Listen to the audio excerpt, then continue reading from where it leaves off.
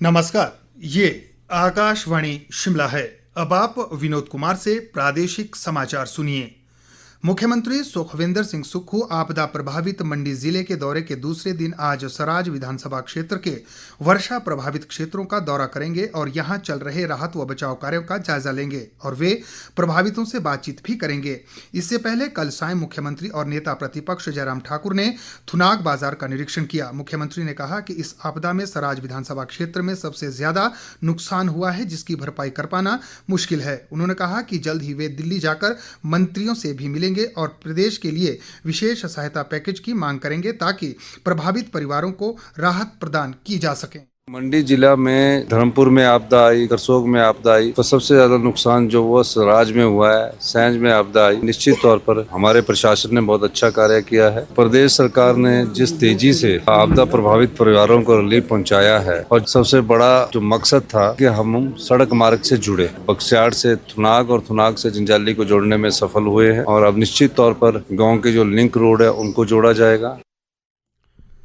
इस बीच विपक्ष के नेता जयराम ठाकुर ने कहा कि इस त्रासदी में सराज विधानसभा क्षेत्र में अनुमानित 500 करोड़ रुपए का नुकसान हुआ है।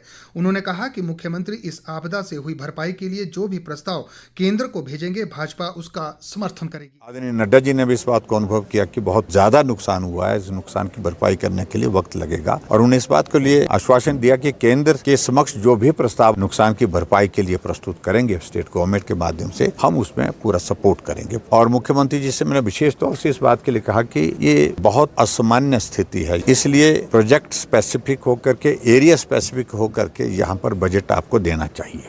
ये डैमेज जो हुआ पड़ा है प्राइवेट प्रॉपर्टीज को और सारी चीजों को अगर हम देखें तो it's not less than 500 crore rupees. प्रदेश के कुछ जिलों में मानसून की वर्षा का क्रम आज भी रुक रुक कर जारी है। बीते दिनों मानसून की भारी वर्षा से हुई विभिन्न आपदा जैसी घटनाओं में अभी तक मरने वालों की संख्या 85 तक पहुंच गई है, जबकि 34 लोग अभी भी लापता है। इन घटनाओं में 129 लोग घायल हुए हैं। वर्षा से सर्वाधिक प्रभावित मंडी जिले में मृतकों का आंकड़ा 20 तक पहुंच गया है, जबकि 27 लापता लोगों की तलाश जारी है।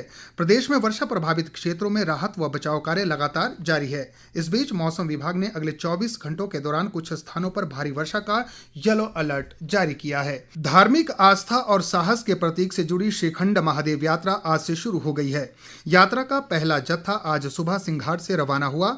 यात्रा के दौरान श्रद्धालुओं को बेहतर सुविधा मिले, इसके लिए कुल्लू जिला प्रशासन ने विशेष प्रबंध किए हैं। विस्तृत जानकारी के साथ हमारे कुल्लू जिला संवाददाता। हिमाचल प्रदेश की धार्मिक आस्था और साहस की प्रतीक श्रीखंड महादेव यात्रा आज से शुरू हो गई है। हिमाचल प्रदेश सहकारी दुग्ध उत्पादक संघ के अध्यक्ष बुद्धि सिंह ठाकुर द्वारा यात्रा पर जाने वाले पहले जत्थे को आधार शिविर सिंघाट से हरी झंडी दिखाकर रवाना किया गया। 18,570 फुट की ऊंचाई पर स्थित श्रीखंड महादेव तक पहुंचने के लिए भक्तों को 32 किलोमीटर की पैदल यात्रा करनी पड़ती है तथा बर्फ के 6 ग्लेशियरों को पार करना पड़ता है। यात्रा पर जाने से पहले सभी का स्वास्थ्य परीक्षण किया जाता है। इस बार ये यात्रा 23 जुलाई तक चलेगी। यात्रा में प्रतिदिन अधिकतम 800 श्रद्धालुओं को ही जाने की अनुमति दी गई है। आकाशवाणी के लिए कुल्लू से आशीष शर्मा। और अब सुर्खियां समाचार पत्रों से। आज समाचार पत्रों ने मानसून की वर्षा से हुए नुकसान से जुड़ी खबर को प्रमुखता दी है।